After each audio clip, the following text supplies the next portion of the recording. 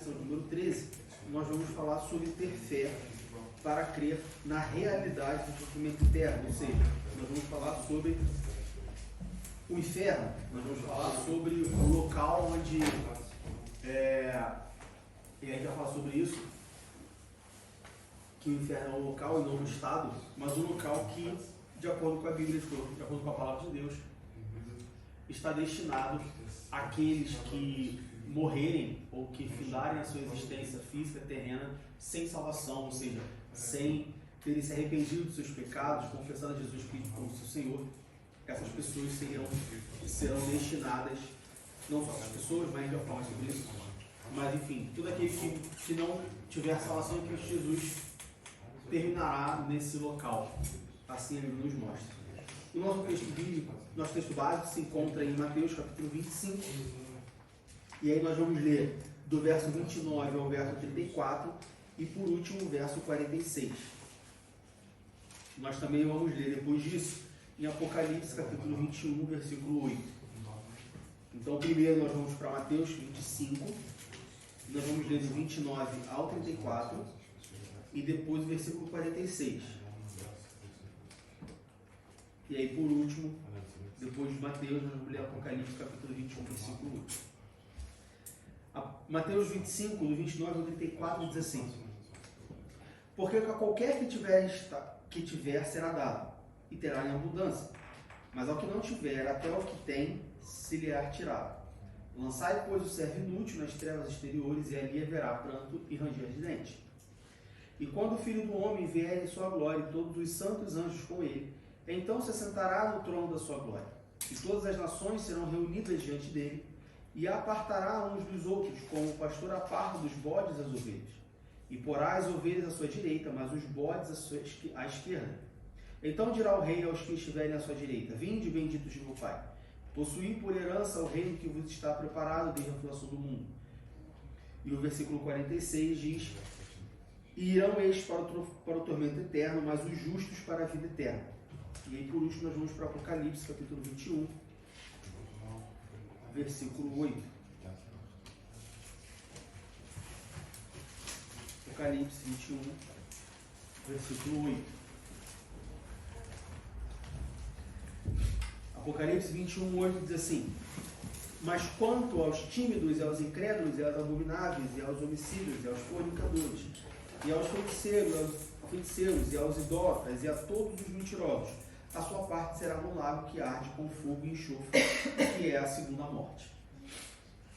Então nós vemos duas passagens onde, na primeira, o próprio Jesus, e na segunda, João, através da revelação que lhe foi dada. Ambas as passagens falam sobre um local. Primeiro fala sobre um julgamento, né? Nós vemos que existe ou existirá um julgamento, as pessoas serão julgadas de acordo com as suas obras, não de acordo com a sua natureza, mas de acordo com as suas obras. E algumas dessas pessoas, ou várias dessas pessoas, que não forem achadas justas perante Deus, irão para um local onde Apocalipse capítulo 21, versículo 8, diz que é um lago que arde com fogo e enxofre. Em outras passagens, diz sobre um local ruim, um lugar, no versículo 30 de Mateus 25, diz que é um local, fala que será lançado nas trevas exteriores, ou seja, um lugar escuro, vamos dizer, onde há pranto e ranger de dentes, ou seja, onde há sofrimento. No versículo 46 de Mateus 25, diz que essas pessoas, ou seja, aquelas pessoas que não forem justas, aquelas pessoas que morrerem sem salvação, como a gente costuma dizer, elas irão para um local onde há um tormento eterno, onde há um sofrimento eterno. Ao contrário dos justos, que irão para um lugar onde haverá vida eterna.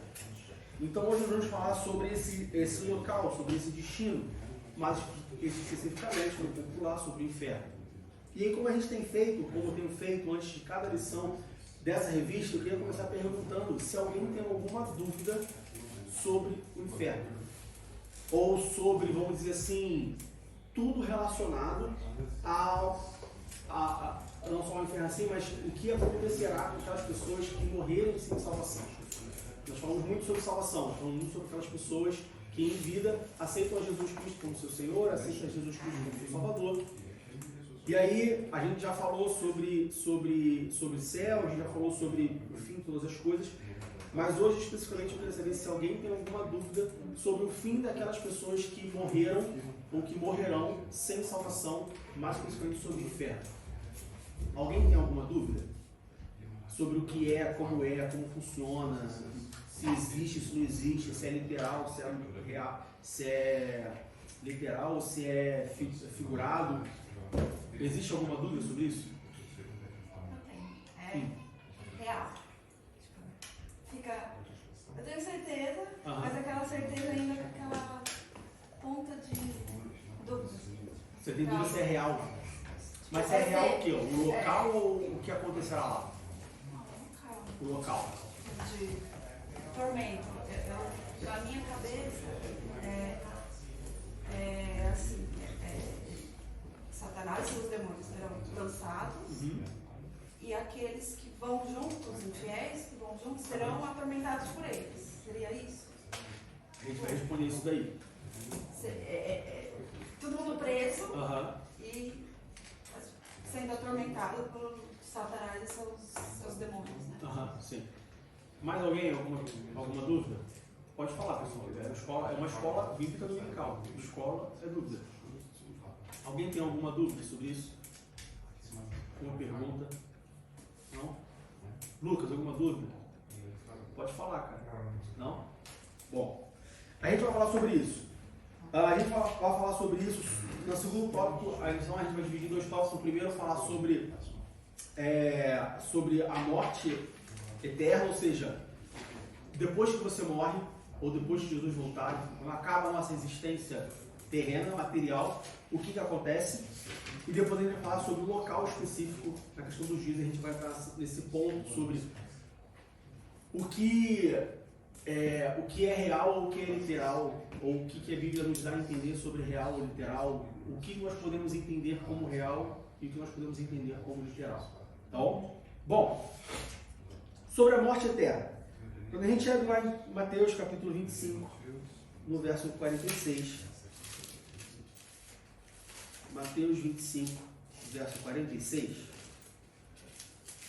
nós encontramos o próprio Jesus falando o seguinte: irão estes para o tormento eterno, mas os justos para a vida eterna. E aí, se a gente lê o contexto, né, se a gente vê desde o versículo 31, a gente vai entender quem são estes. Mas para a gente aqui o interessante é que existem estes e aqueles. Ou seja, Jesus ele fala sobre dois grupos de pessoas, sobre dois tipos de pessoas. Um grupo de pessoa, como Jesus fala no final do versículo 46, irão para a vida eterna, que é o que Jesus chama de justo. E o outro grupo de pessoas, o que a gente pode entender que é ao contrário dos justos, ou seja, vamos chamar de injustos, essas pessoas irão para um tormento eterno, serão eternamente atormentados. E aí, primeiro ponto é a gente separar o que é justo e o que é injusto. Talvez não seja novidade para você, mas é importante a gente partir do princípio que todos nós somos injustos ao pé da letra, ao significado da palavra. Porque o que é uma pessoa justa? É uma pessoa que age com justiça. No dia a dia, nossa vida cotidiana, quando você fala, isso é justo, aquilo é injusto. Você está falando que justo é porque agiu com justiça. Injusto é o que não agiu com justiça, ou o que agiu com injustiça. Só que quando nós olhamos para a Bíblia e nós olhamos para a nossa natureza pecaminosa, nós entendemos que nós já nascemos em pecado, que nós somos pecadores. Ou seja, ainda que a gente queira fazer o bem, como o apóstolo Paulo diz, o bem que eu quero fazer eu não faço. Eu faço o mal, que eu não quero fazer. Então, por natureza, nós somos injustos. A gente não consegue praticar a justiça. Mas eu sou uma pessoa justa, mas eu busco a justiça. Não, você pode buscar com justiça, você pode, às vezes, fazer uma coisa justa. Você pode tentar ser justo, humanamente falando, em termos de obras. Mas a sua essência é injusta, porque a nossa essência é pecaminosa, porque nós somos pecadores. Diego, então o que é injusto e o que é justo, à luz da Bíblia? Porque se for dessa maneira, então o céu vai estar vazio, porque se todos nós somos injustos, então todos nós vamos para um local de tormento eterno. Então, diante da Bíblia, a Bíblia fala que justos são aqueles que foram justificados.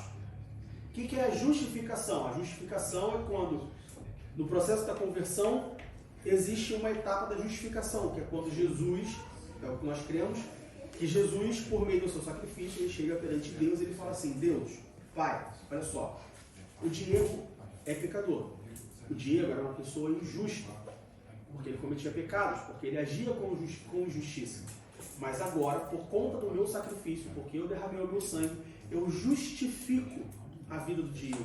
E o Diego agora é justificado pelo meu sacrifício. Ou seja, ele continua pecador, ele continua, vamos dizer assim, agindo com injustiça em alguns momentos, mas agora ele está justificado, ele tem uma justificativa, vamos colocar dessa forma. E aí, a partir do momento que nós somos justificados, nós passamos a fazer parte, vamos dizer assim, ou passamos a ser, de acordo com a Bíblia, ser justos.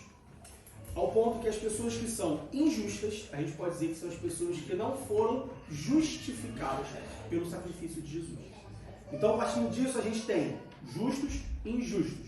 Os justos, aqueles que foram justificados por Jesus Cristo no cruz do Calvário, pelo sacrifício de Jesus Cristo no cruz do Calvário.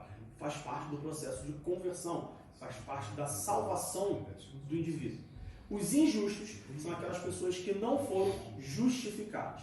E aí as coisas começam a clarear. Então, a partir de agora, nós temos um local para as pessoas que foram justificadas, ou seja, para as pessoas que se converteram, para as pessoas que aceitaram Jesus como seu Senhor e Salvador, para as pessoas que creram no sacrifício de Jesus Cristo e falaram: não, eu creio no sacrifício, e porque eu creio no sacrifício, eu quero ser justificado por esse sacrifício, eu quero ser salvo por esse sacrifício. E os injustos são aquelas pessoas que não creram, que não foram justificados, ou que de alguma forma ignoraram o sacrifício de Jesus Cristo. Então nós temos justos e injustos. Os justos irão ou terão a vida eterna. Os injustos irão para o sofrimento eterno, irão para a tormenta eterna. Então nós vemos que existem duas classes de pessoas e existem dois lugares ou dois destinos para essas pessoas.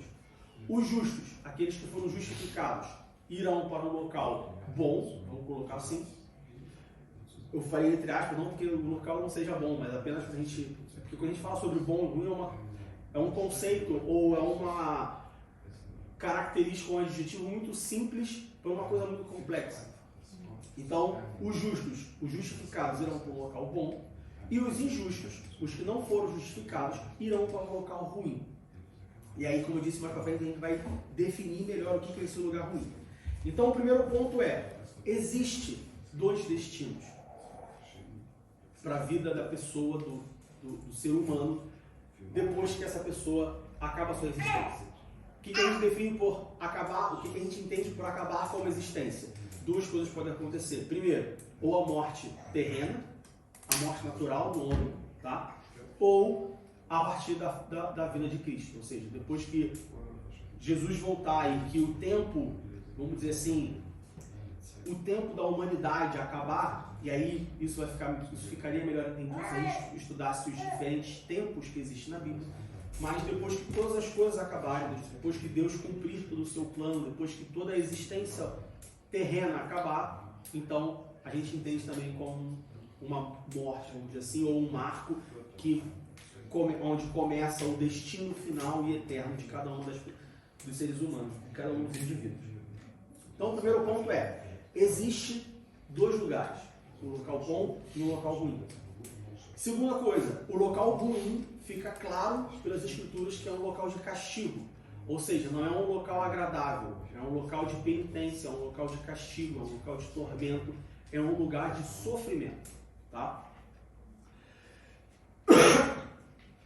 A terceira coisa que a gente entende é que esse local de sofrimento, ele é esse local de tormento, esse local ruim, que será o destino daquelas pessoas que não foram justificadas em vida pelo sacrifício de Jesus na cruz do Calvário. Esse local está destinado única e exclusivamente para os injustos, para os ímpios, para aquelas pessoas que não creram no sacrifício de Jesus Cristo. Nós também entendemos que, uma vez esse local sendo eterno, não há uma possibilidade de, vamos dizer assim, de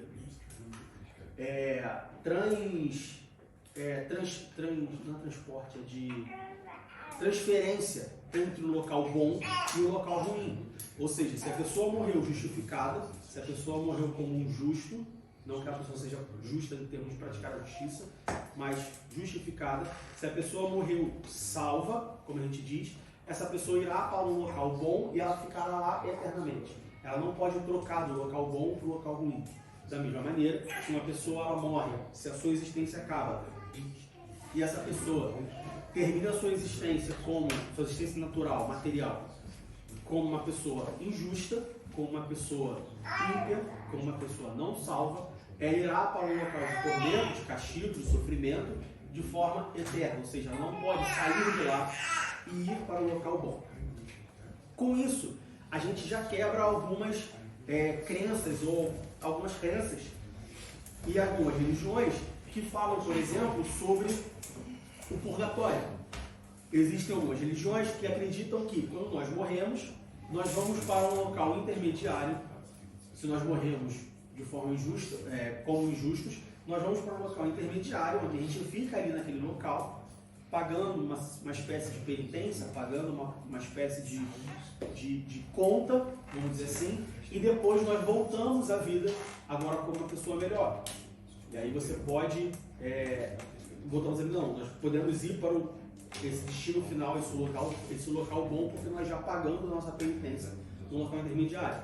Outras religiões acreditam que quando você morre, você vai para um local intermediário, onde você paga a sua penitência e depois você volta à vida, que é o que a gente conhece como reencarnação. Você volta à vida e aí você volta à vida como uma pessoa melhor. E aí você morre de novo, você volta para esse lugar de novo, e à medida que você vai morrendo e voltando, você vai de certa forma se purificando, até que você atinja um estado perfeito, onde você não vai mais para esse local intermediário ruim, e sim vai direto para o local bom.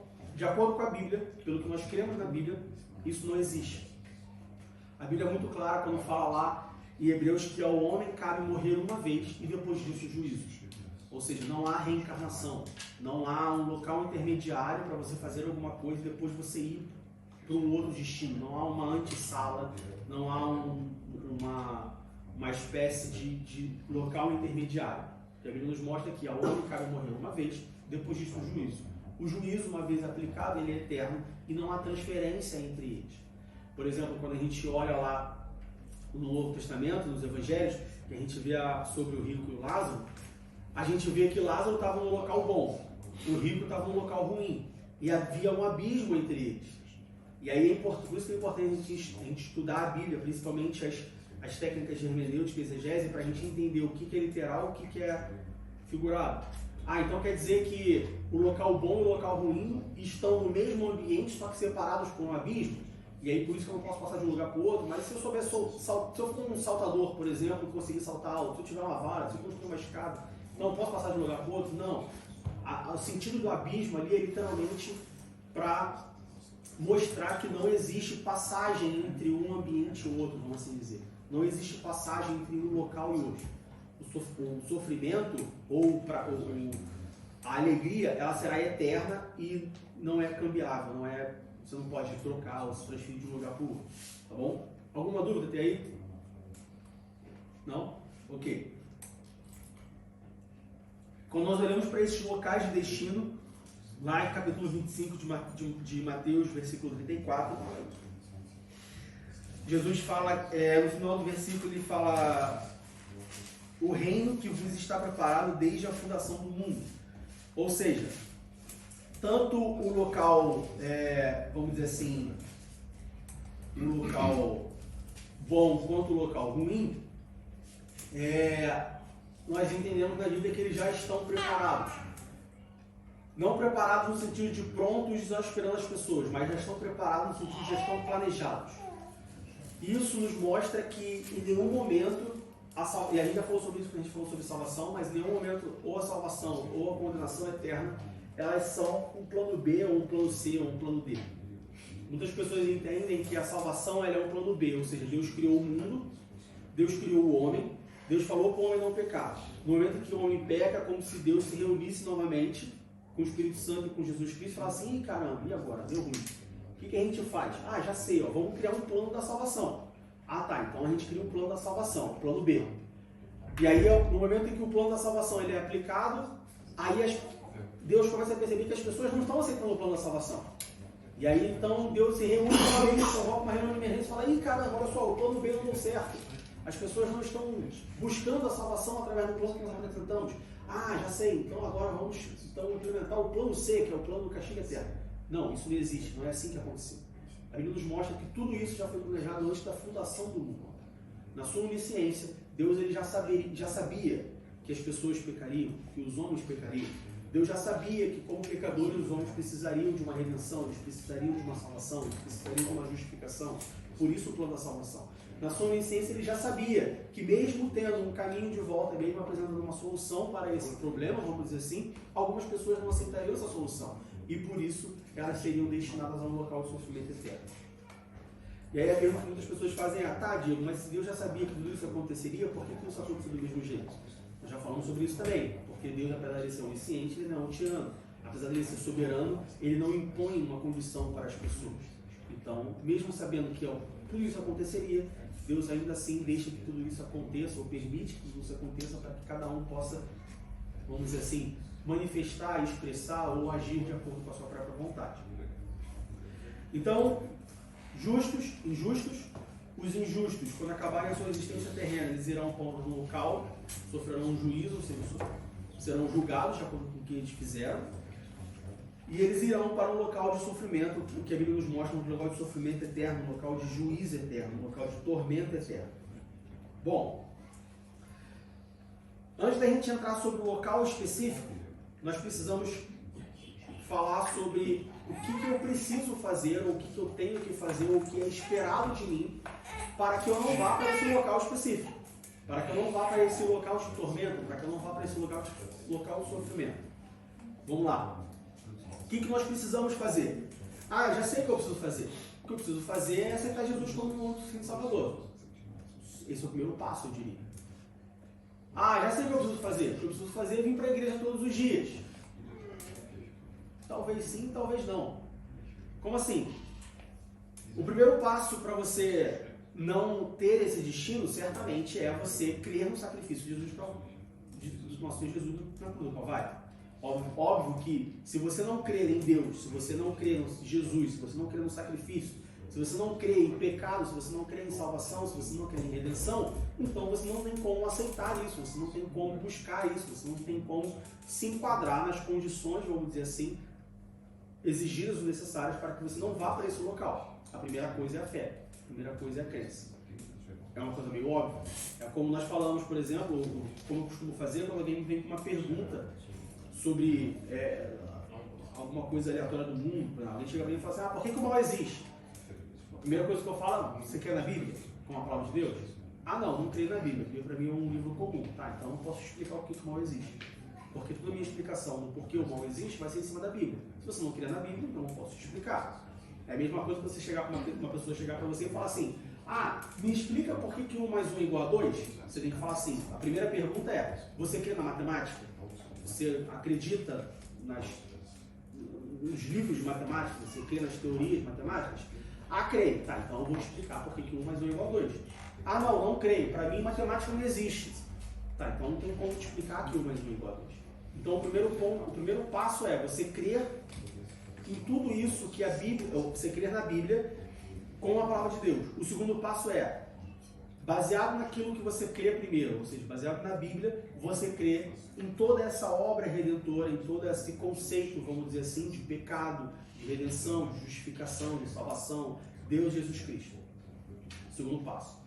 Terceiro passo, não basta você crer. O que eu costumo dizer, minha mãe falou isso para mim a minha vida inteira, ela sempre falou que crente até o diabo é. Porque crente é quem crê, certo? E pela palavra de Deus nós cremos que o diabo crê que Deus existe. Até porque ele estava junto com Deus, vamos dizer assim, de todas as coisas. Então não basta você crer, você precisa viver. Não basta eu crer que a Bíblia é a palavra de Deus. Eu preciso viver a minha vida como tendo a Bíblia como a palavra de Deus. Não basta eu crer que Jesus Cristo viveu, morreu e ao terceiro dia ressuscitou. Eu preciso viver aplicando na minha vida que Jesus Cristo viveu, morreu e ao terceiro dia ressuscitou. Não basta eu crer nas palavras de Deus, mas eu preciso viver as palavras de Deus. E aí é onde a gente entra sobre, então, para eu não ir para a condenação eterna, eu tenho que vir para a igreja todos os dias. Por isso que eu falei sim ou não. Talvez sim, talvez não. Por quê? Vir à igreja todos os dias, no contexto bíblico, de acordo com a palavra de Deus, vai certamente me ajudar em algumas coisas. Mas não se é porque eu venho para a igreja todos os dias que significa que eu estou justificado, que eu estou salvo, ou que eu serei salvo. Nós temos um exemplo claro na Bíblia, no Novo Testamento principalmente, que são os fariseus, que são pessoas, né, vamos assim dizer, altamente religiosas, e que Jesus combateu eles de forma bem incisiva, de forma bem árdua. Ou seja, tratar a Bíblia ou tratar a igreja com religiosidade não garante a você uma justificação, não garante a você uma santificação. Então, para eu ser salvo, eu preciso da Bíblia, ir à igreja todos os dias? Resposta simples, não. Agora, você não vir à igreja, você não fazer parte de uma igreja, e aí quando eu falo igreja, não falo do templo específico, não falo da igreja evangélica, Assembleia de Deus em Berlim, eu falo da igreja de Cristo, isso sim pode resultar na sua não justificação, ou isso sim pode resultar no seu castigo eterno. Então reparem que o que nós sempre falamos aqui é que a Bíblia ela não é um mero livro de pode e não pode. A Bíblia não é uma mera receita de bolo ou um ditado com regras que você tem que seguir ao pé da letra firmemente e não se desviar daquilo. A Bíblia não é só isso, ela contém isso também. Em alguns momentos a Bíblia fala, olha, não faça isso. Por exemplo, a Bíblia fala, ela é bem clara, ela fala, não matarás, não roubarás, não fornicarás, não adulterarás. Em alguns momentos a Bíblia é bem clara sobre isso. Mas a maioria das vezes a Bíblia te dá uma direção, ela te aponta um caminho. E esse caminho pode ser percorrido de várias formas. Pode ser uma linha reta, tem pessoas que fazem curva, tem pessoas que pegam atalho, mas o caminho é um só, não existe outro caminho. O caminho é Jesus Cristo, mas não existe uma forma, vamos dizer assim, lógica, exata, científica de você seguir os mandamentos da Bíblia e ter certeza da sua salvação. Não é assim que a coisa funciona. Tá? Então, existem pessoas justas, existem pessoas injustas. Existe um local bom, eterno, e existe um local ruim, eterno. Como que é definido as pessoas que vão para o local bom ou para o local ruim? De acordo com a vida que elas vivem. De acordo com a vida, a atitude ou a forma como em vida essas pessoas viveram a sua vida. Se as pessoas viveram a sua vida de acordo com os mandamentos de Deus, se as pessoas viveram a sua vida de acordo com a forma que Deus apresenta, que é o ideal dessa pessoa viver de acordo com a palavra de Deus, sim, então elas são consideradas justas, elas vão para o local bom. Não, então essas são consideradas injustas, elas vão para o local ruim. Diego, então quer dizer que toda a minha vida eterna, ou toda a minha vida pós-existência material, ela é definida pela simples vontade de uma pessoa, do que essa pessoa entende por bem ou entende por mal? A resposta simples, mais simplista, seria sim. A resposta correta seria não. Como assim, Diego? Não é que, então, Deus, porque Ele é o Criador de todas as coisas, Ele definiu algumas regras e que eu tenho que seguir essas regras porque Ele é, como a gente costuma dizer no popular, né, o dono da bola. E aí, porque Ele é o dono da bola, a gente tem que fazer o que Ele quer. Se você pensar, se você quiser pensar de uma maneira, você pensa, mas a maneira correta da gente pensar é o seguinte: olha, Deus Ele é o Criador. Deus Ele preparou algumas coisas e Ele definiu alguns pré-requisitos que aquelas pessoas que queiram desfrutar daquilo que Ele preparou precisam seguir. Porque se você for aplicar na sua vida cotidiana, é muito diferente do seu dia a dia. Eu tenho a minha casa, eu decido fazer uma festa na minha casa. E eu decido que na minha casa, eu não quero que as pessoas entrem com um sapato, porque eu não quero ter que limpar o chão depois. Então olha só, eu tenho a minha casa, eu fiz uma festa. Mas para você entrar numa festa, você precisa tirar o sapato. Convido todos vocês. As pessoas que aceitarem tirar o sapato para entrar na festa, para entrar na minha casa, vão participar da festa. As pessoas que não aceitarem tirar o sapato, não quero tirar o sapato porque eu tenho chulé. Eu não quero tirar o sapato porque a minha meia está furada. Tudo bem, não tira. Mas você não vai entrar na minha casa. E se você não vai entrar na minha casa, você não vai passar na minha festa.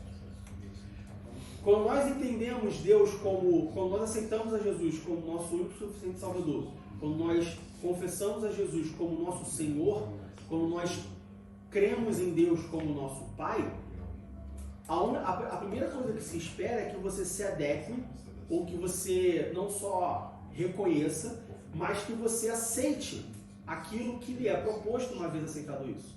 Ou seja, quando eu reconheço Jesus como meu único e suficiente Salvador, e eu reconheço Jesus como meu Senhor, e aí, de novo, quando a gente fala Senhor, a gente está falando Senhor porque Jesus é velho. Porque Jesus viveu há mais de 2000 anos, ele tem 2000 e poucos anos de idade, 2050 anos de idade, então ele é uma pessoa mais velha, tem que chamar de Senhor. Não, Senhor no sentido de senhorio. Senhor no sentido da pessoa que exerce sobre mim um senhorio, exerce sobre mim, olha, agora eu sou o seu servo e ele é o meu Senhor. Eu sou o seu funcionário, vamos dizer assim. Eu não gosto do termo funcionário porque automaticamente a gente se liga a uma empresa, a salário, a obrigações, mas apenas para níveis didáticos, eu sou o seu funcionário e ele é meu patrão. Se eu aceito Jesus como meu Salvador, mas eu não me coloco ou não aceito o seu senhorio sobre a minha vida, é como a pessoa que aceita o convite para a minha festa, mas ela não aceita tirar o sapato da minha casa. É incompatível, não existe. Quando nós olhamos para esse senhorio de Jesus Cristo, quando nós olhamos para as condições, vamos dizer assim, ou para as expectativas de Deus sobre, como Pai, como Criador sobre os seus filhos, nós entendemos que sim, a partir do momento que eu aceito ser chamado filho de Deus, ou que eu quero ser chamado filho de Deus, existem algumas regras que Ele, como meu Pai, impõe, ou coloca, ou propõe que precisam ser seguidas. De novo, não é diferente do nosso dia a dia, não é diferente do nosso cotidiano. Eu tenho meu pai. Se eu chegar agora e falar assim, pai, olha só, deu ruim aqui na Alemanha, deu ruim em Berlim, estou voltando para morar na sua casa. Eu tenho certeza que vai falar, claro, filho, você é bem-vindo, você e sua família. Quando chega na casa do meu pai, eu falo, você quer morar aqui, você pode morar aqui. Mas só que existem algumas condições. Isso aqui você pode fazer, isso aqui você não pode fazer. Se você quiser dar uma festa, por exemplo, você precisa falar comigo primeiro, porque eu sou dono da casa. Se amanhã ou depois eu aceitar uma proposta de emprego, primeira coisa que acontece normalmente nos primeiros dias, vamos assim dizer, numa empresa, é a empresa fala assim, olha, bem-vindo, você agora é nosso funcionário. Olha, essas são as regras da nossa empresa. Você precisa chegar no horário tal, você tem tanto horas para cumprir de trabalho, você precisa fazer isso, você precisa fazer aquilo. Quando nós nos casamos, né, um dos maiores problemas que os casais novos enfrentam é porque são duas vidas separadas, cada um com a sua vida, cada um com as suas características, com os seus gostos, e aí eles se unem e eles querem trazer cada um a sua preferência pessoal para um casamento, que agora é uma vida só. E aí onde surgem os problemas. Porque as pessoas, muitos noivos, né, recém-casados, têm dificuldade em entender que, bom, agora não é o que eu quero, agora é o que nós queremos. Então também existem regras, também existem maneiras de regular as suas atitudes para que haja uma boa convivência. Então nós vemos que a nossa vida ela é regida por isso. Não é só isso não acontece somente com Deus, somente com Jesus, somente com a Bíblia, que eu tenho que fazer algumas coisas. Não é que você tem que fazer. São regras do jogo, que a partir do momento que você aplica, ou você decide jogar esse jogo, vamos colocar assim, que você se propõe no seu coração de aceitar Jesus Cristo como seu Salvador, que você coloca no seu coração a vontade de ser adotado por Deus como filho, que você precisa seguir, assim como nós seguimos, assim como nós fazemos em toda a nossa vida cotidiana. Por que nossa volta toda? Para nós entendermos que o castigo eterno não é uma atitude arbitrária de Deus. O castigo eterno não é uma posição arbitrária de Deus, de que eu gosto de você, você vai para o céu. Eu não gosto de você, você vai para o inferno. Porque você foi na igreja todos os dias, você vai para o céu. Porque você faltou aquele domingo, dia 31 de março de 2024, então você vai para o inferno. Não é uma atitude arbitrária de Deus. É consequência do juízo de Deus. Um dos nomes de Deus, uma das características de Deus, uma das coisas que Deus é justo. Lembra que no início da aula que eu falei sobre sermos justos ou injustos? Nós, por natureza, somos injustos, porque nós somos pecadores. Por mais que nós tenhamos dentro de nós a moral de Deus, ou uma parte da moral de Deus, por mais que nós tenhamos dentro de nós um resquício de justiça, por natureza nós somos injustos. E às vezes nós agimos com justiça. Então, por exemplo, eu sou injusto por natureza. mas eu tenho 2 filhos.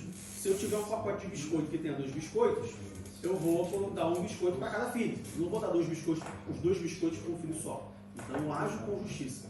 Quando nós falamos de Deus, Deus ele não age com justiça. Deus ele é a justiça.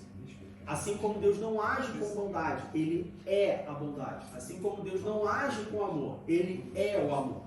E isso é um conceito que é muito difícil para a maioria das pessoas, ou se não para todas as pessoas de entender. Por quê? Porque é um conceito que nós não temos nível de comparação. O que eu quero dizer? Que cor é essa parede? Hã? Fala.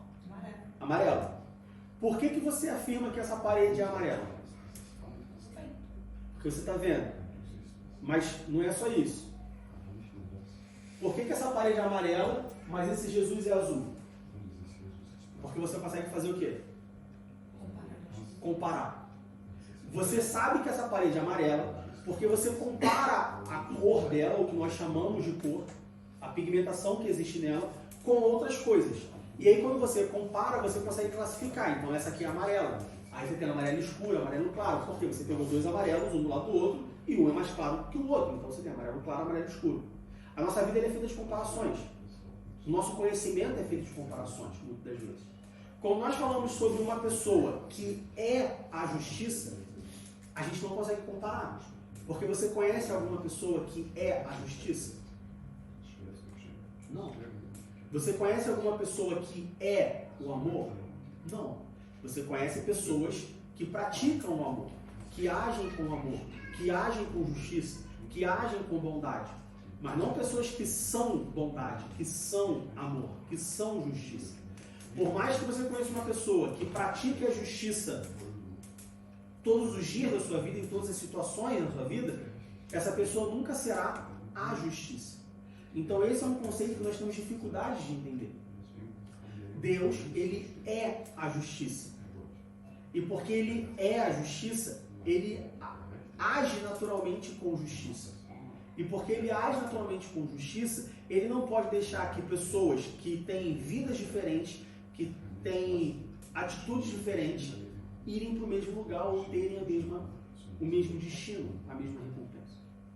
Então, o local eterno de tormento não é um local onde Deus decide arbitrariamente para onde as pessoas vão. O local de tormento eterno não é um castigo, ou ele é um local de castigo, mas, de novo, é importante a gente entender o que é um castigo à luz da Bíblia. Porque o nosso efeito de comparação de castigo é o quê? Ah, o meu filho fez alguma coisa, eu falei para meu filho não subir na cadeira, meu filho foi lá e subiu na cadeira, então eu coloco ele de castigo para punir ele de forma arbitrária. Não arbitrária porque existia uma causa, existia um porquê, mas eu defino se o castigo dele vai ser 2 minutos, 5 minutos, e aí, não, é 1 minuto por cada ano de vida. Se eu tiver um dia mais irritado, talvez o normal seja 5 minutos, mas se eu tiver um dia que eu estou mais irritado, não é comum você ver um pai exagerando no castigo, porque eu estou mais irritado, porque a cadeira é nova. Comprei a cadeira ontem, pisou na cadeira, sujou a cadeira. A tendência é que você dê um castigo mais pesado. Mas se essa cadeira já tiver 20 anos de vida e já tiver suja, por exemplo, o castigo é mais leve, o castigo é até inexistente. Ué, mas por que se o efeito, a causa foi a mesma coisa, subir na cadeira e sujar a cadeira? Não importa se a cadeira estava limpa ou se a cadeira estava suja. Não importa se a cadeira é nova ou se a cadeira é velha. Mas nós temos essa tendência de certa forma, arbitrariamente aplicar juízos. Deus ele não age dessa forma. Então, quando nós falamos que o local do sofrimento é um castigo, nós não podemos entender esse castigo como o castigo que nós aplicamos como pais, ou como chefes, ou como alguém que tenha pessoas subordinadas a nós. E mais para frente, quando a gente falar sobre o local de fato, que foi a pergunta da Letícia, a gente vai entender o porquê que a gente não pode entender esse castigo com os mesmos olhos, ou com o mesmo pensamento, ou com a mesma ideia que nós temos o castigo terreno, vamos dizer assim, um castigo que nós aplicamos quando alguém faz alguma coisa de errado. Alguma dúvida até aí? Não? Então, nós temos pessoas justas, pessoas injustas. pessoas que foram justificadas e pessoas que não foram justificadas. No momento que a existência dessas pessoas, seja justas ou injustas, se termina, elas irão para um local bom ou um local ruim. Se forem justas, se terminarem a sua vida de forma justificada, irão para um local bom. Se terminarem a sua vida de forma injustificada, ou se terminarem a sua vida injustificadas, irão para um local ruim. Por que que isso acontece? Porque o Deus que preparou tudo isso, o Deus que você, quer você queira ou não, criou todas as coisas, é um Deus justo. E aí lá em Salmos, capítulo 7, Salmos capítulo 7, do versículo 11 ao versículo 13,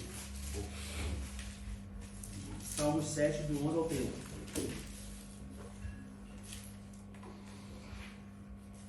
Diz assim: Deus é um justo juiz, um Deus que se ira todos os dias.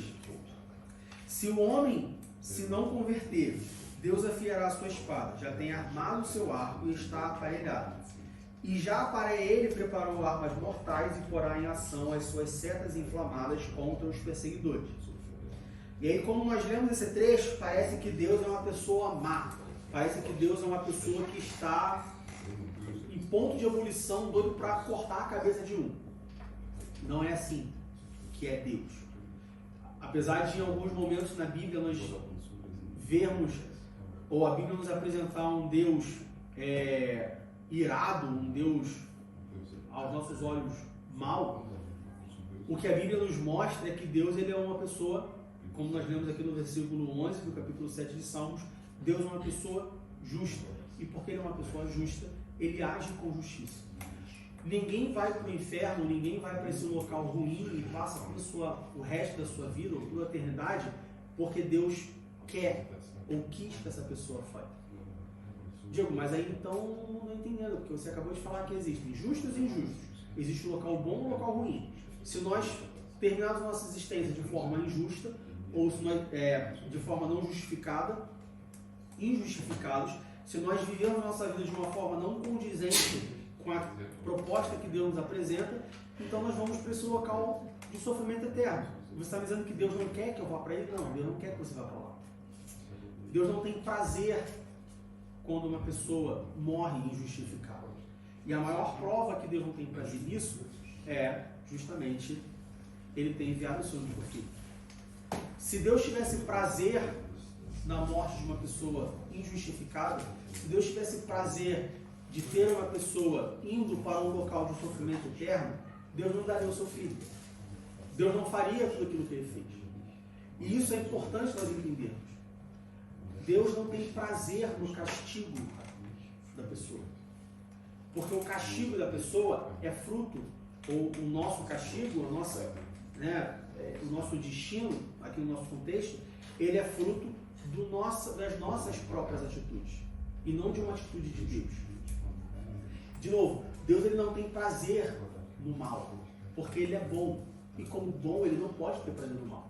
Só que ao mesmo tempo que ele é bom e não tem prazer no mal, não tem prazer no sofrimento, não tem prazer na angústia, não tem prazer na condenação,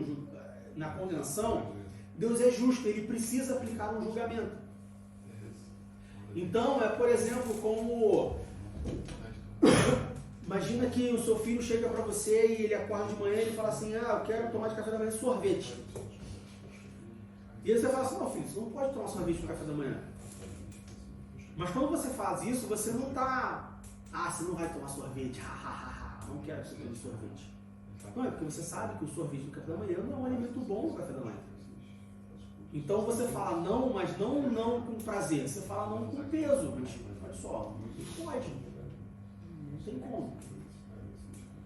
Na nossa vida cotidiana, principalmente aqueles que são pais, que têm filhos, nós de certa forma experienciamos todos os dias, em vários momentos ao longo do dia, essa posição de Deus de que, olha, eu não tenho prazer no que está acontecendo com você, mas isso tem que acontecer. Isso foge da minha alçada, vamos dizer assim. É como se as coisas ruins acontecessem fora da alçada de Deus. Mas Deus é tudo poderoso. Sim, é tudo poderoso. Ele pode mudar todas as coisas. Mas ao mesmo tempo ele não pode mudar todas as coisas porque ele é justiça. Então Deus é poderoso, Ele pode tirar todo mundo do caminho da perdição e levar todo mundo para o local bom, o local ruim, ficar vazio eternamente? Pode. Mas ao mesmo tempo que Ele pode fazer isso, porque Ele é onipotente, Ele não pode fazer isso porque Ele é o justo juiz. E como justo juiz, Ele tem que julgar as pessoas. Como justo juiz, Ele tem que aplicar a condenação das pessoas. Há um tempo atrás, e aí isso já aconteceu várias vezes, mas eu lembro que eu vi um artigo, uma matéria, não lembro, sobre um julgamento de um pai que matou o seu próprio filho por acidente. E aí a decisão foi uma juíza. Na decisão da juíza, a juíza falou, olha, por mais que eu entenda que a justiça já foi feita, porque o pai matou o filho de forma acidental, e o pai, durante o julgamento e tudo mais, o pai ficava visível que o pai estava arrependido, e o pai mesmo falou que a pena que viesse sobre ele, assim, ia ser indiferente, porque a maior pena ele vai carregar pro resto da vida dele, que foi matar o próprio filho. Então a juíza falou assim, olha, eu entendo que a maior pena já foi aplicada, mas como juíza, eu não posso chegar e falar, não, você está solto. Porque ele cometeu um crime. E porque ele cometeu um crime, existe uma pena prevista para esse crime. Por mais que o crime já foi pago, vamos dizer assim, ou ele já se arrependeu e certamente não vai fazer mais isso, ele precisa ser punido. Quando nós trazemos para a nossa vida cristã, quando nós trazemos para essa ideia de que existe um Deus, existem pessoas justas e injustas, pecadores, por mais que Deus ele ame as pessoas, por mais que ele não tenha prazer no destino final das pessoas, quando elas vão para o inferno, Deus ele precisa aplicar essa pena, porque existe pecado, porque existe uma salvação. E se a pessoa decide, por livre e espontânea vontade, não tomar posse dessa salvação, não se enquadrar no cenário, vamos dizer assim, ou se enquadrar nas condições, ou nas pré-condições, para ser salvo, para ser justificado, ele precisa aplicar essa pena, mas ele não tem prazer em aplicar essa pena. De novo, quando a gente for para o local, para a segunda parte, a gente vai falar sobre o local em si, a gente vai entender o porquê que dando essa volta toda. Então, para a gente terminar esse primeiro ponto sobre a morte eterna, sobre o julgamento eterno, sobre a condição para ir para esse local de tormento. Existem justos e injustos. Existem pessoas que foram justificadas e pessoas que não foram justificadas. Por que as pessoas não foram justificadas? Porque elas não quiseram ser justificadas. Porque elas não creram naquele que poderia justificar elas. Uma vez a existência dessas pessoas terminando, elas precisam ter uma condenação. Elas precisam ter um destino. Seja um destino bom para os justos, seja um destino ruim para os injustos. Por que isso acontece se Deus é bom?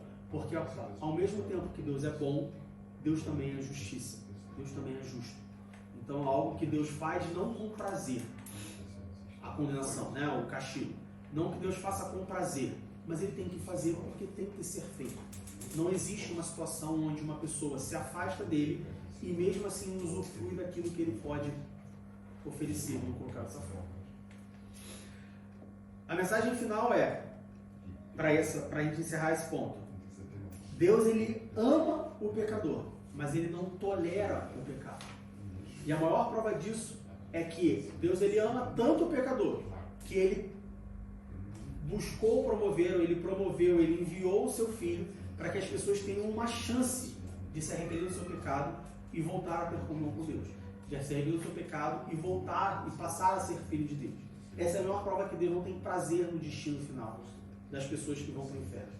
Mas, pelo contrário, Deus ele ama essas pessoas, tanto que Ele proveu um meio para que essas pessoas não passem ou não precisem passar por essa condenação, por esse juízo.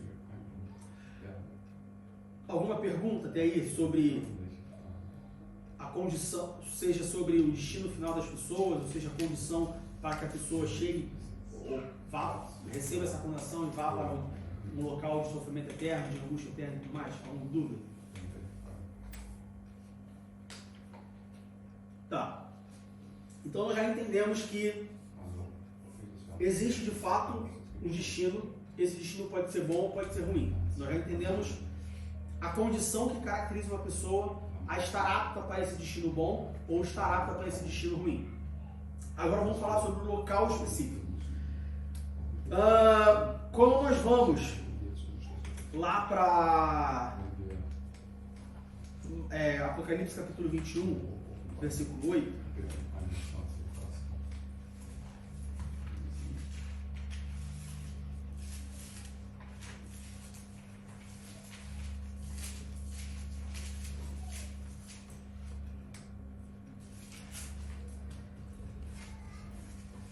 Apocalipse 21, versículo 8.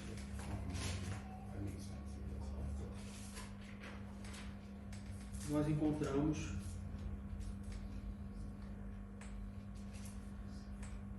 fugiu o Apocalipse do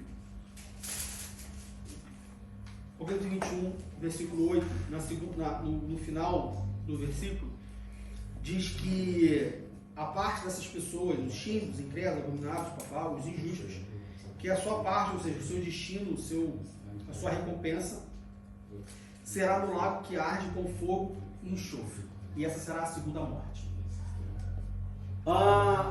Pela Bíblia nós entendemos que há duas mortes. A primeira morte, nossa morte terrena, ou seja, nossa morte como fim da matéria física. Todos nós morremos. Em algum momento nós vamos morrer. Por mais que você seja saudável, por mais novo que você seja, em algum momento o seu corpo vai parar e você vai morrer. E nós temos a segunda morte. O que é a segunda morte? É uma morte onde não mais a sua carne, a sua matéria física deixará de existir, mas você estará eternamente separado de Deus. A Bíblia nos mostra que aqueles que estão com Deus, eles têm vida. Aqueles que estão sem Deus, eles têm morte.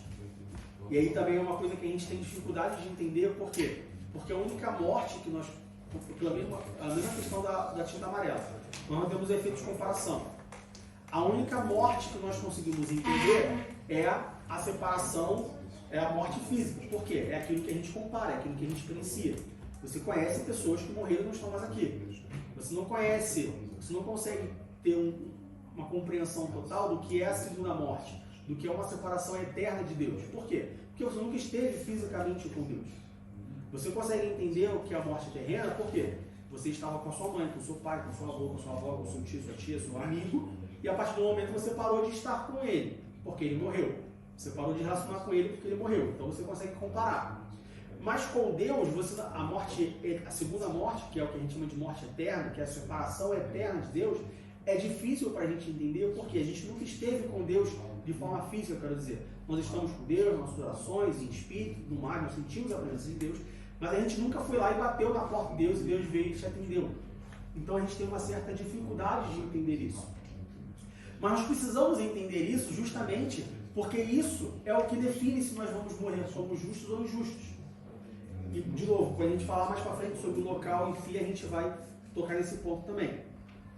Então, Apocalipse 21, versículo 8, nos mostra que essa segunda morte, essa morte eterna, para as pessoas que morreram injustificadas, as pessoas que morreram sem salvação, elas irão para um local, que em Apocalipse nos mostra, nos descreve como um lago que arde fogo e enxofre. E aí a gente começa a entrar sobre a realidade do inferno, vamos assim dizer, ou sobre as condições do inferno, ou sobre o que realmente acontece ou acontecerá no inferno. Ao longo da história da igreja, nós vemos que em vários momentos, e isso perdura até hoje,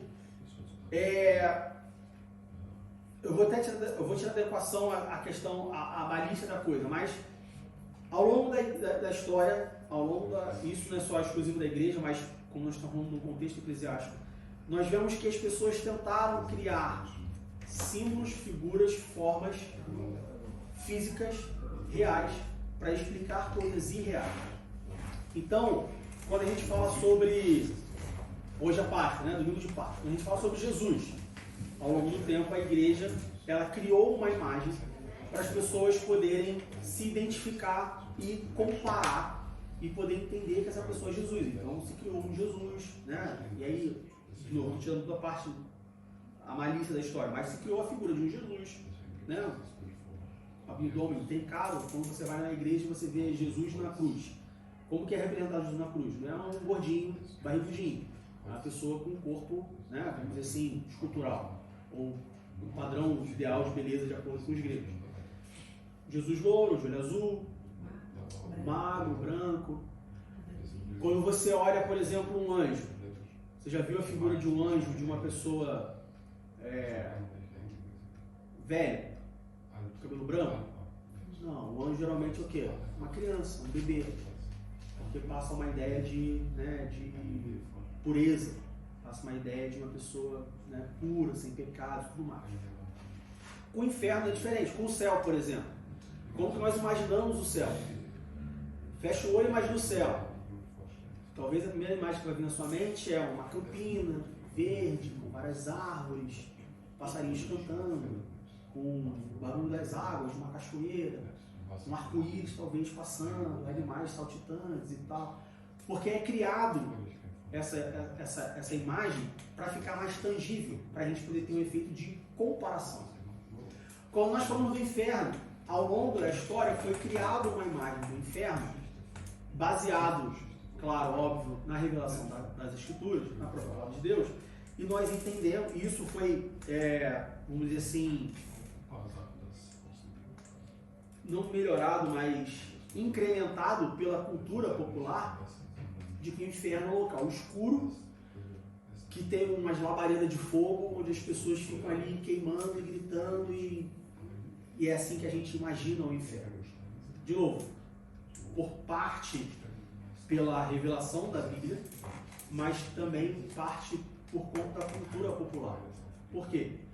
Porque se eu passo uma vida falando que existem justos e existem injustos, se eu passo uma vida falando que as pessoas que morrem com salvação, morrem salvas, elas vão para um local bom, e as pessoas que não morrem salvas vão para um local ruim, se eu passo a vida falando que, olha, nessa vida eu me privo dos prazeres que eu posso desfrutar, porque um dia eu vou ter um prazer maior que é morar no céu, automaticamente eu não posso colocar o inferno, ou o local que eu não quero ir, como um local bom. Então, eu não posso falar para você, não, o inferno é um local claro, não é escuro. Estou tirando a parte da revelação, estou falando a cultura popular. Eu não posso falar que o inferno é um local claro. Ele tem que ser diferente do local bom. Porque eu tenho que ter alguma coisa tangível, algum efeito de comparação, para poder convencer as pessoas de que o inferno é um local ruim. Porque senão as pessoas vão falar, bom, mas se eu pintasse como um local, não um local bom, mas um local indiferente, Um local ok, habitável. Ok, habitável, um local indiferente, não faz diferença. Uma coisa mais prática. Se eu falar que o justo viverá eternamente com Deus, mas o injusto viverá eternamente sem Deus, isso não faz diferença para o ser humano comum. Eu diria que não faz diferença até mesmo para muitos crentes. Por que não faz diferença? Por que não convence? Porque você não tem efeito de comparação. Talvez para Adão isso fizesse diferença. Porque Adão ele tinha uma comunhão com Deus. Porque Adão ele conversava com Deus de forma muito mais direta do que nós. Mas para a gente, se eu chegar e chamar um mendigo da rua, por exemplo, e falar assim, olha só, ou chamar um ateu, se eu chamar um ateu e falar só, se você morrer como justo, você vai para o céu, você vai para um local onde você vai estar eternamente com Deus. Se você não crer na palavra de Deus, você morrer, você vai para um local onde você vai estar eternamente sem Deus. Ela falou, para mim é diferente. Eu nunca experimentei a Deus. Eu nunca estive junto com Deus. Eu não tenho local de comparação. Então, antes da gente falar sobre o local em si, a gente precisa entender que muito do que nós entendemos que são os locais, tanto o céu quanto o inferno, vem não só da revelação, sim, mas muito vem da cultura popular. Muito vem dessas buscas por materializar ou para mostrar de forma comparável o que é um local no outro. Talvez alguns de vocês lembrem disso, mas tinha uma novela há muito tempo atrás, deve ter mais de 20 anos, chamada A Viagem. Vocês lembram dessa novela da Globo, chamada A Viagem? Que aí tinha um cara lá, um personagem, que ele era um personagem tribulado e tal, e ele tipo, meio que ia pro purgatório, assim, que ia pro inferno. E aí eu lembro que muitas pessoas, na igreja, né, obviamente, a novela nunca foi incentivada dentro da igreja o crente assistir novela, mas eu lembro que essa novela foi tema de muita pregação, porque os pastores, as pessoas pregavam sobre o inferno e apresentavam na novela. Olha, porque o inferno é assim, porque as pessoas... não vem claro na minha mente, mas eu lembro que era um local escuro, as pessoas gritando, gemendo e tal, não sei o que, se rastejando, né? E a igreja, as igrejas ou algumas pessoas pregavam sobre isso, sobre, olha, vocês estão vendo como é que é o inferno, vocês querem falar? Qual é o problema disso? Qual é o problema de nós falarmos do inferno aplicando toda essa cultura popular que se cresceu ao redor, tanto do céu quanto do inferno? Porque nós pregamos o evangelho que é um evangelho falso. Nós pregamos como verdade uma coisa que não é verdade. Ah, você está dizendo que nós estamos pregando sobre o inferno não existe? Não. Nós estamos pregando o evangelho onde nós colocamos uma condição de medo para as pessoas aceitarem a Jesus ou não. Ninguém deve aceitar a Jesus porque tem medo do inferno. Ninguém deve querer ir para o céu porque tem medo do inferno. Nós devemos querer a Deus não pelo que Ele faz, mas pelo que Ele é, não é isso que nós pregamos? Alguém segue a Deus só porque Ele faz coisas boas? Não deveria. Você deve seguir a Deus porque você entende que Ele é o Criador. Você deve seguir a Deus porque você entende que Ele é o único poderoso Deus. Você deve seguir a Deus porque você entende que você, longe de Deus, não tem vida. Então, quando nós pregamos a palavra, quando nós pregamos o Evangelho, e a gente pinta esse céu e inferno que a cultura popular acabou nos construindo, essa imagem que a cultura popular acabou construindo para nós, sim, de novo, muito baseado nas revelações da Bíblia, mas quando nós nos atemos somente a mostrar essa diferença, nós acabamos pregando o Evangelho, nós acabamos colocando nas pessoas o medo de ir para um local A, e aí por isso ela busca ir para um local B. O que isso gera? Isso não gera uma conversão genuína. Isso gera uma conversão baseada no medo. E Deus, Ele não se preocupa, ele não se satisfaz com uma conversão baseada no medo. Deus, Ele não tem prazer no medo. Deus, Ele não quer que a pessoa siga Ele, ou que a pessoa obedeça os seus mandamentos, porque ela tem medo de ir para o inferno. Assim como você não quer que o seu filho te obedeça, porque ele tem medo de você bater nele. Você quer que ele te obedeça porque ele entende que você é o pai dele. E se você falou não, é não. Não porque ele tem medo. A ideia não é ninguém doutrinar, ou ninguém ensinar, ou ninguém agir sempre impondo medo. É isso que nós fugimos, né? Todos os dias. Alguém gostaria de trabalhar numa empresa onde você vive todos os dias com medo de ser mandado embora? Teoricamente não é um ambiente ideal de trabalho. O ideal é que você esteja trabalhando num local onde você se sinta confortável para ser quem você é, para ter as suas atitudes, sem aquela pressão de medo. Então, alguém que trabalha, por exemplo, no supermercado, e aí toda hora o patrão chega e fala assim, olha, se você demorar mais de 2 minutos na fila do caixa, você vai ser mandado embora. Você vai ser mandado embora. Isso acaba te consumindo mentalmente. Não é isso que a gente busca. E por que nós buscamos isso na nossa vida cristã? Por que muitas das vezes nós buscamos a Deus não pelo que Ele é, mas por medo de onde nós vamos? E de onde que surgiu esse medo? Da forma como é pintado, como foi figurado o inferno. E aí a gente entra sobre, então, o que é verdade e o que é mentira sobre o inferno, vamos assim dizer. O que é real e o que é alegórico sobre o inferno. Bom, vamos ver o que a Bíblia nos mostra. Então abre lá em Romanos capítulo 6. Primeiro vamos abrir em Ezequiel capítulo 18, versículo 20. Vamos construir esse pensamento do que é o inferno, de como é o inferno. Primeiro vamos para Ezequiel capítulo 18, versículo 20.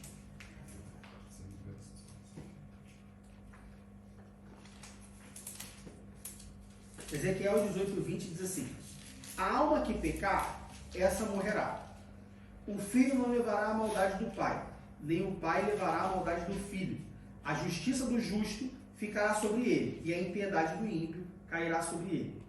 Então, a gente tem justos e injustos, ninguém leva a maldade de ninguém, ou seja, cada um peca porque quer. As pessoas são ativas no pecado, elas são participativas no pecado, elas pecam porque elas querem. Depois a gente vai para Romanos capítulo 6, versículo 23. Romanos 6, 23.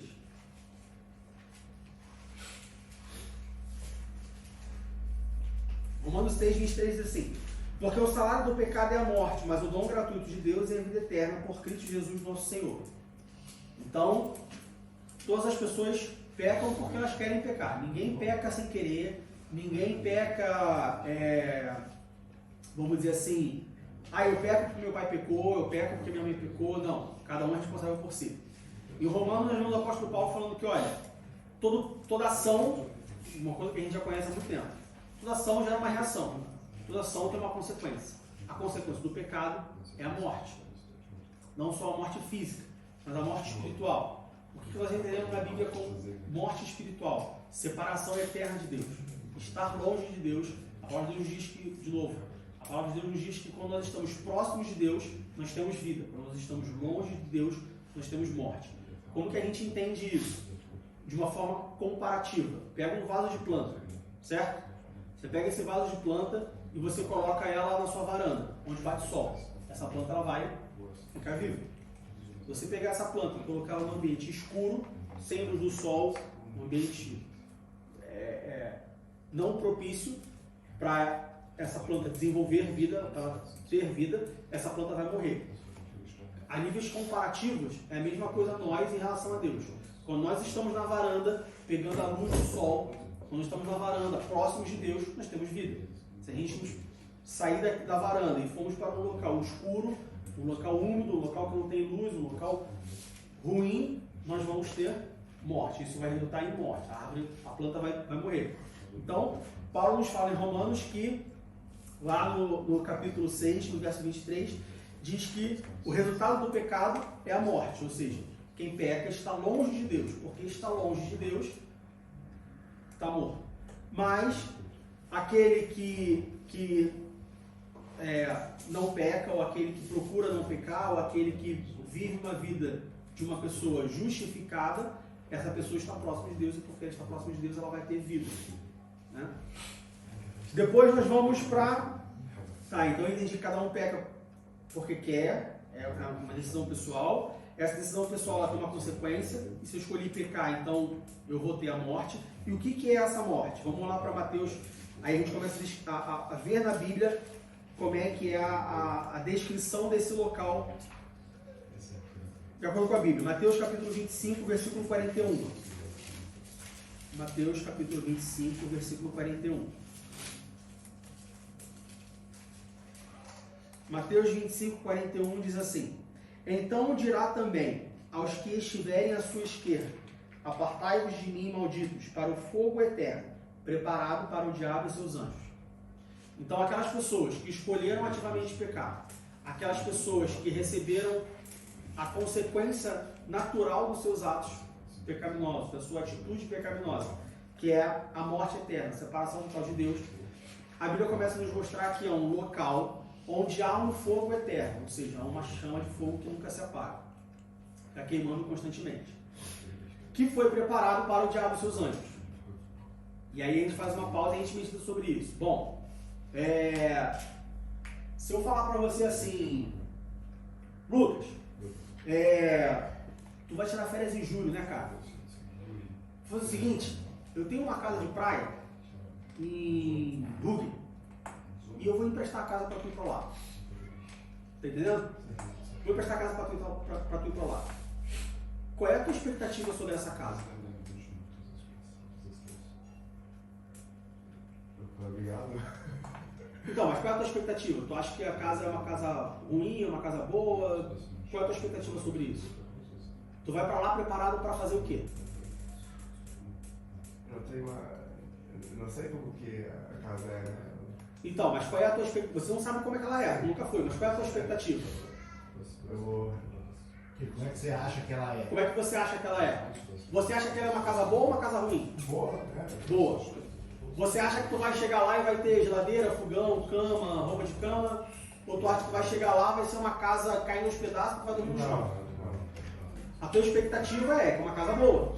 Por quê? Apesar de você não me conhecer, da gente não ser íntimo, mas se eu cheguei pra você e falar, pô, cara, tem uma casa lá de praia lá, pô, vai pra lá, pode ir. A tua expectativa é que é uma casa boa.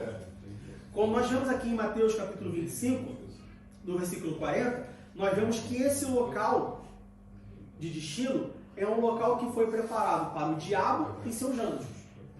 E aí, quando a gente olha para a natureza de Deus, como nós falamos, para a justiça de Deus, porque Deus é justo, nós entendemos que esse local de destino não é um local bom. Porque se fosse um local bom, não seria preparado para o diabo e seus anjos. Em outra passagem, Jesus fala assim, porque eu vou e vos prepararei um local. Quando a gente compara essa passagem com Mateus 25, 41, talvez fique mais claro a gente entender, bom, o local que Jesus foi e preparou é a casa de praia que eu ofereci para o Lucas, é um local bom, porque ele está indo preparar para mim. Então, parece ser um local bom. Quando eu olho para Mateus 25, versículo 41, diz que esse local, esse fogo eterno, foi preparado para o diabo e seus anjos. Quem foi o diabo? Foi a pessoa que se rebelou contra Deus. E porque ela se rebelou contra Deus, ela foi expulsa do céu. Então, me dá a entender que não é um local bom. Não vou dizer que é ruim, vou dizer que ele não é bom. Existe o bom, existe o ruim, existe o não sei. Vamos colocar por enquanto na caixinha do não sei. Só digo que não é bom. Porque se fosse bom, não teria sido preparado para ele. Teria sido preparado para a igreja. Assim como Jesus falou que ia, nos prepararia um lugar. Vamos seguir adiante. Vamos lá para Mateus capítulo 11. Versículo 23. Mateus 11, 23.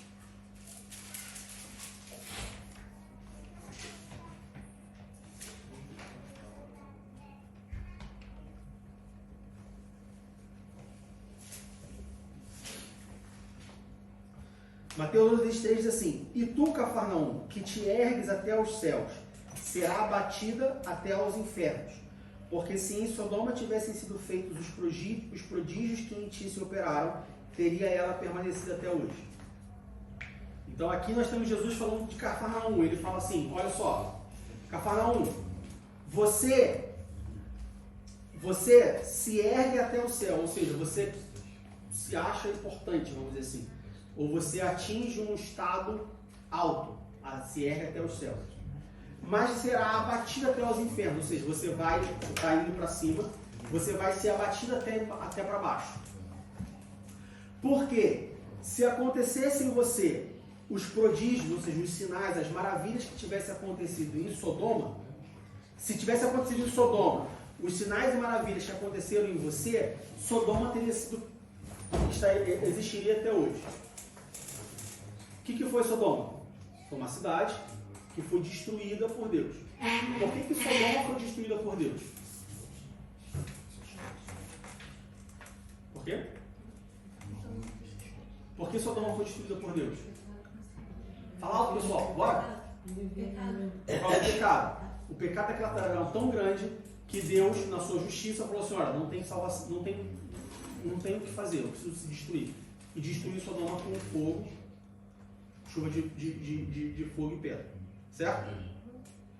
Então a gente entende que o inferno é um local preparado para o diabo e seus anjos, é um local de fogo eterno, ou seja, uma coisa eterna, uma coisa que não se acaba, uma coisa que não tem fim. É uma coisa ruim, porque a comparação que Jesus faz aqui em Mateus capítulo 11 é que é uma coisa ruim. Porque ele fala que faz uma comparação com Sodoma, que foi destruída, faz uma comparação de que Cafarnaum foi levado até os céus, mas será abatido até o inferno. Vamos também para Mateus capítulo 16, versículo 18.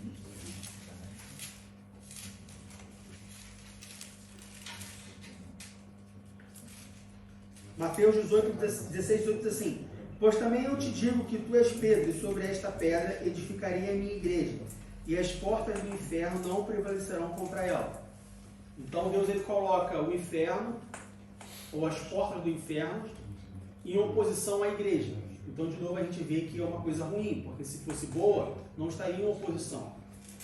A gente vê também que é um local, vamos dizer assim, de certa forma fechado, que menciona a porta.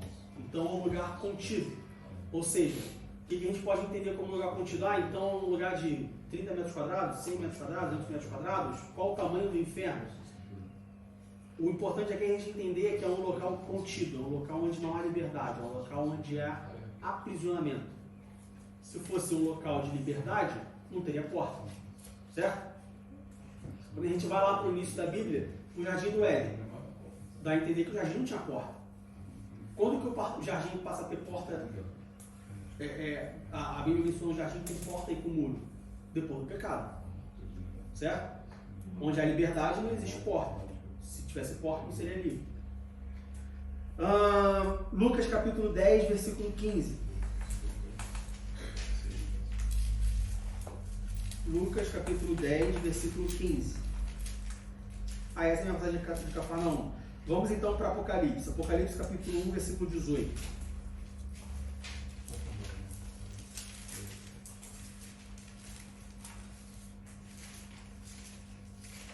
Apocalipse capítulo 1, versículo 18.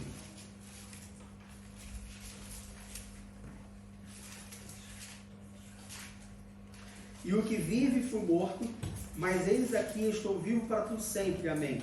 E tenho as chaves da morte e do inferno. Então a gente vê que nós temos morte e inferno no mesmo contexto, vamos dizer assim. De novo, menciona chaves, ou seja, é uma coisa fechada, uma coisa trancada. Não há liberdade. Logo, não é uma coisa boa. Alguém aqui gosta de viver preso? Ninguém gosta de viver preso, nem mesmo na sua própria casa.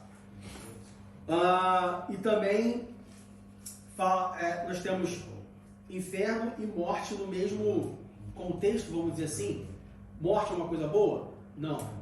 Então, mais uma vez, a gente vê que esse local, que a gente chama de inferno, ele é um local ruim, ele é um local que tem coisas ruins. Vamos seguir para o capítulo 20, versículos 13 e 14. Apocalipse 20, versículos 13 e 14.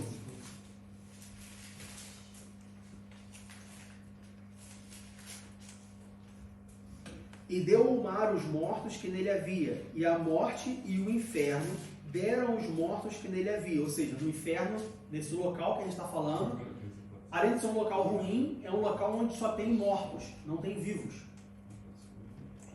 Reparem isso? Repararam isso? E viu os mortos, grandes e pequenos, que estavam diante do trono, e abriram seus livros. Versículo 13. E deu o mar os mortos que nele havia, e a morte e o inferno deram os mortos que nele havia.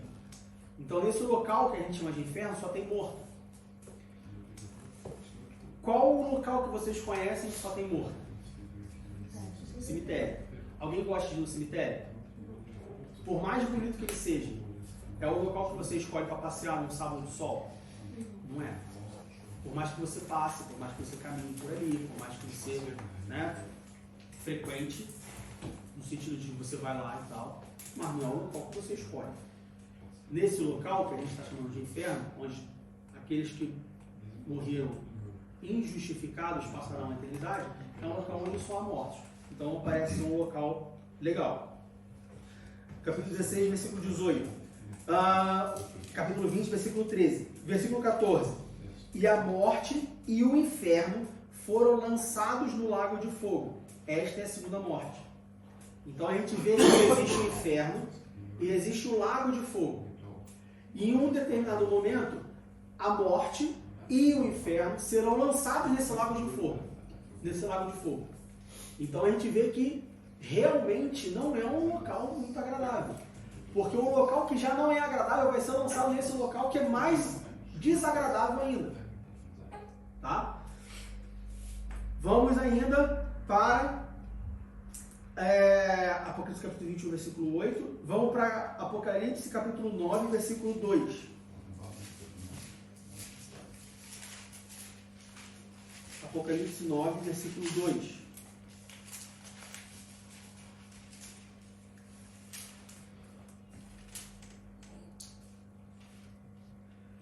abriu o poço do abismo e subiu fumaça do poço como a fumaça de uma grande fornalha. E com a fumaça do poço escureceu-se o sol e o ar. Então nós vemos mais uma vez em Apocalipse uma descrição de um ambiente, de um cenário, de uma experiência que não é uma experiência agradável. A Bíblia aqui Apocalipse compara como um abismo, um poço, e abriu o poço do abismo. Quando você olha um poço, se você pegar um poço muito fundo, quando você olha para lá e você pega a tampa assim, você olha para cima, não é uma vista agradável, não é uma coisa que te dá prazer. Então, mais uma vez, fica bem claro de que é um local ruim, de que não é um local agradável. O poço do abismo subiu fumaça do poço, como a fumaça de uma grande fornalha, e como a fumaça do poço escureceu-se o sol e o ar. Vamos também para Apocalipse, capítulo 14, versículo 11. Apocalipse, capítulo 14, versículo 11. Que diz assim: e a fumaça do seu tormento sobe para todo sempre, não tem repouso, nem de dia nem de noite, os que adoram a besta e a sua imagem, aquele que receberam o sinal do seu nome. Ou seja, aqui em Apocalipse, no capítulo 14, versículo 11, diz que a fumaça do seu tormento, ou seja, a fumaça desse poço, a fumaça desse local, desse tormento, não tem repouso, ou seja, não tem fim, é um sofrimento eterno, de dia e de noite. Quando a gente vai lá para Mateus capítulo 8, versículo 12, Mateus capítulo 8, versículo 12.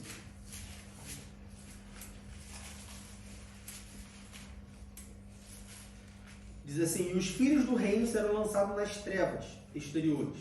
Ali haverá pranto e ranger de dentes. Mais uma vez, quando alguém está pranteando, quando alguém está em prantos, ele está numa situação agradável? Não. A pessoa está chorando de emoção. Você fala que ela está chorando, você não fala que ela está em prantos. Em prantos, normalmente você fala que a pessoa está em desespero, que a pessoa está em sofrimento. Ranger de dentes. Alguém range o dente quando está feliz? Não. Você range o dente quando você está em sofrimento, quando você está em agonia, quando você está num estado de nervosismo, de ansiedade e tudo mais. Bom, isso é o que a Bíblia nos revela, ou que mais outras coisas de fato, mas em suma, em resumo, isso é o que a Bíblia nos revela, que é o local para onde os injustos, os que morrerem injustificados, os que não viverem essa vida de forma piedosa e morrerem salvos, irão. E aí a gente precisa entender algumas coisas e quebrar alguns paradigmas, vamos dizer assim. Por quê? Porque, como eu disse, muito do que nós conhecemos ou muito do que nós entendemos vem da cultura popular. E eu já ouvi muito crente falando assim: porque essa pessoa aí vai arder no fogo. Né? Vai arder no fogo, vai para o inferno, porque lá você vai arder no fogo eternamente e tal. E aí eu vejo que muitos crentes, eles têm a ideia de que quando a pessoa for para o inferno, a pessoa vai ficar queimando eternamente, sofrendo eternamente. E já vi muitos crentes usando isso de uma forma satisfatória, no seguinte sentido. Sei lá, você gosta de cadeira cinza. E aí você descobriu na Bíblia que cadeira cinza é pecado. Você não pode ter cadeira cinza. Você queria muito uma cadeira cinza.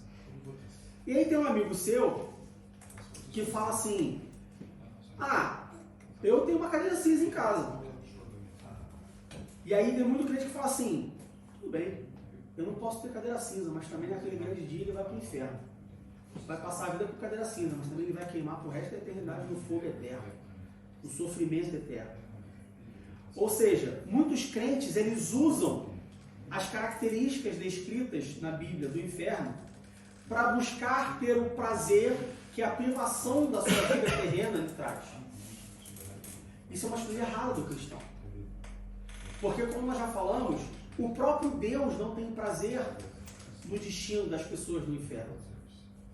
Então isso significa que nós, como cristãos, também não temos que ter prazer quando nós sabemos, ou quando nós não sabemos, porque ninguém pode saber se uma pessoa foi salva ou não, mas quando nós entendemos que uma pessoa está destinada para o inferno. Isso não pode ser motivo de prazer. Até mesmo porque a gente não sabe o que é literal e o que é alegórico. Vamos lá. O inferno existe? Existe. No inferno as pessoas vão ficar queimando eternamente, ou seja, queimando como um fogo. Imagina que você pega aqui uma cadeira e bota fogo. E aí essa cadeira fica queimando constantemente. As pessoas sentindo dor constantemente. Bom, aí eu já não sei, já não posso te dizer. Porque a Bíblia diz que quando nós morrermos, nós seremos... a nossa matéria ela acaba. Ela se descansaram no pó, fala no verso. O verso fala que descansaram no pó. Descansaram no pó. Então assim, a nossa matéria acaba. Então, toda tanto o céu quanto o inferno, esses lugares, são lugares que a gente entende como locais, não locais físicos, que existem fisicamente. Eles existem, mas será de forma, vamos dizer assim, espiritual. E como que espírito queima no fogo? A Bíblia também diz que as nossas obras serão queimadas, passarão pelo fogo. Então será que tem um forno gigante, que aí Deus vai de alguma forma pegar as obras e passar por esse forno? Não, a gente não entende dessa forma. A gente entende que nossas obras serão passadas pelo fogo no sentido de serem julgadas.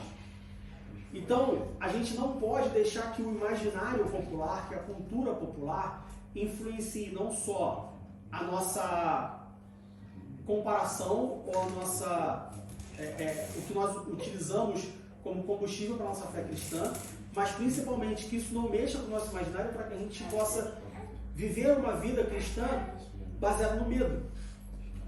Então essa ideia de que as pessoas vão queimar eternamente, bom, não sei se vai. A Bíblia fala de tormento, a Bíblia fala de sofrimento, a Bíblia fala de dor, de pranto e ranger de dente. Ou seja, a Bíblia me dá características que me mostram que não é um local bom, não é um local que eu gostaria de estar. Mas o que nós temos que pensar é que não é um local que eu não gostaria de estar, porque lá eu vou queimar eternamente. Porque lá eu vou sofrer eternamente. Mas sim que não é um local que eu gostaria de estar, porque lá eu estarei eternamente sem Deus. E aí esse é o ponto que muito crente não entende. E isso é o preocupante.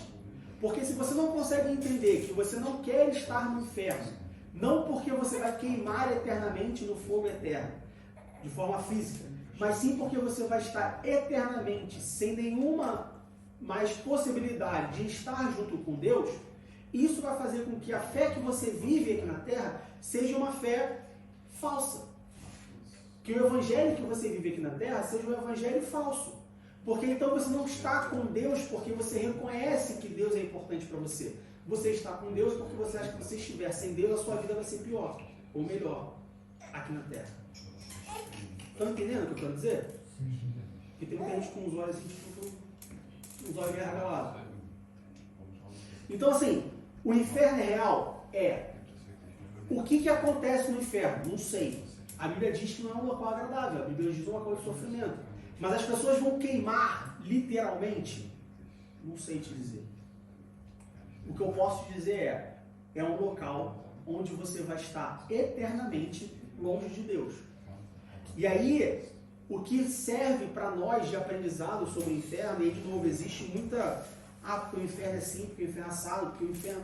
Olha só, o que serve para nós é que o inferno é um local onde nós estaremos eternamente longe de Deus, sem possibilidade de voltar. É como você ir para uma ilha deserta, te levarem para a deserta, te deixarem na deserta, e lá não tem nada, você não tem como voltar. Imagina, por exemplo, uma ilha deserta, onde só tem areia, onde você tem, sei lá, um mar, a costa mais próxima fica, sei lá, 1 milhão de quilômetros. Imagina, por exemplo, que te pegaram e te levaram para a Lua, e te deixaram na Lua, e voltaram para a Terra. Você consegue voltar para a Terra sozinho? Não consegue. Existe alguma possibilidade de você voltar para a Terra? Não, não existe, olha só. Fiquei lá, acabaram com o programa espacial, não existe mais programa espacial. Isso é o inferno. Independente se você vai queimar ou não, é um local onde você nunca mais poderá voltar a ter comunhão com Deus. Isso por si só já basta. Isso por si só deveria ser o suficiente para o crente viver uma vida piedosa com Deus e para o ímpio não querer morrer na impiedade. Não querer morrer de forma injustificada. E para o ímpio querer voltar, buscar a Jesus e entregar a sua vida para Jesus. Digo. Eu fico pensando nesse arder eternamente, e esse arder não especificamente como queimar no fogo, assim como você vai dizendo, né? Que a gente não sabe de fato como vai ser, mas eu também imagino que possa ser como aquela dor. Imagina que você acaba de perder alguém que você ama muito, muito, muito, muito, muito. E de uma forma muito inesperada, muito, sabe, uma forma muito assim, como é que fala? Trágica. E aí você sente aquela dor no seu peito que tu não sabe explicar, tu não sabe o que vai acontecer. É uma ardência muito forte. E aí eu penso que essa ardência poderia ser essa ardência eternamente. E não necessariamente o arder de um fogo consumido. Então imagina uma angústia igual. Eu já tive uma experiência assim, e só que a experiência que eu tive foi passageira. Porque com a vida, né, acontecer, Deus vai suprindo, porque a gente ainda tem a oportunidade de chegar a Deus. Exatamente. E no inferno, para mim, o inferno seria algo similar a isso, só que uma coisa que agora não vai sair mais dentro de você. Vai queimar eternamente aquela angústia, aquele sofrimento de que, olha, perdi algo e agora eu não sei o que fazer para ter mais. Exatamente. Entende? Então eu imagino assim, essa dor, essa angústia, esse sofrimento, só que eternamente. Exatamente. É um inferno. Já é um inferno. Já é um inferno. Entende? Tiraram-lhe uma coisa.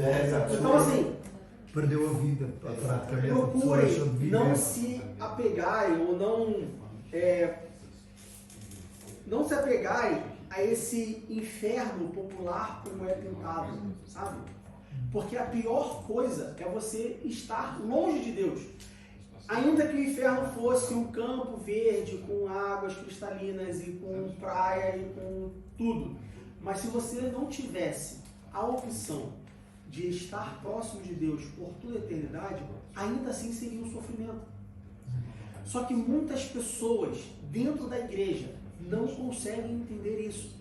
Por quê? Porque elas nunca chegaram ao conhecimento de Deus verdadeiramente. E aí elas perdem o efeito de comparação. Ou seja, um local, por mais bom que seja, por mais bonito que seja, por mais agradável que seja, que eu nunca mais vou poder ter comunhão com Deus, eu nunca mais vou poder falar Deus e ele falar oi, para uma pessoa que nunca falou oi para Deus, não faz diferença. E o que a Bíblia nos mostra é isso, olha só. O ponto principal, e aí a Bíblia tenta de várias formas tentar mostrar isso de uma forma mais comparativa, mas o ponto principal é, olha só, a segunda morte é eterna, você nunca mais vai poder ter acesso a Deus. E aí de novo, para aquelas pessoas que nunca tiveram o conhecimento de Deus, isso pode não importar. Mas para aquelas pessoas que em algum momento já tiveram um oi de Deus, já tiveram algum tipo de conhecimento de Deus, isso realmente importa. É o que a gente fala sobre o processo da conversão. Aquelas pessoas que realmente se converteram, aquelas pessoas que realmente entenderam que existe um Deus que está com você, é mais difícil para essa pessoa se afastar. Porque a pessoa fala, não, peraí, eu não quero mais deixar de sentir isso. Eu tive minha vida mudada, eu tive minha vida transformada. Existe, de fato. Entende? Então, se preocupem com isso. O inferno existe? Existe. O inferno é real? É real. Ah, mas como que é o inferno para saber se eu quero ir para lá ou não? Não queira saber como é o inferno. Se preocupe em estar eternamente, ter a possibilidade de estar eternamente com Deus. Isso por si só basta. Ninguém deve pregar o evangelho, aceita Jesus, porque senão você vai para o inferno. Tá, e daí que eu vou para o inferno? Não me interessa se eu vou para o inferno, me interessa eu ficar eternamente longe de Deus. Quem não acredita em Deus e inferno, isso não faz diferença. Não faz diferença. Se você por algum motivo está na igreja porque você tem medo do inferno, eu te convido, experimente a Deus, porque pior do que ter medo do inferno é ter medo de estar eternamente longe de Deus. Essa é a nossa maior preocupação. Amém?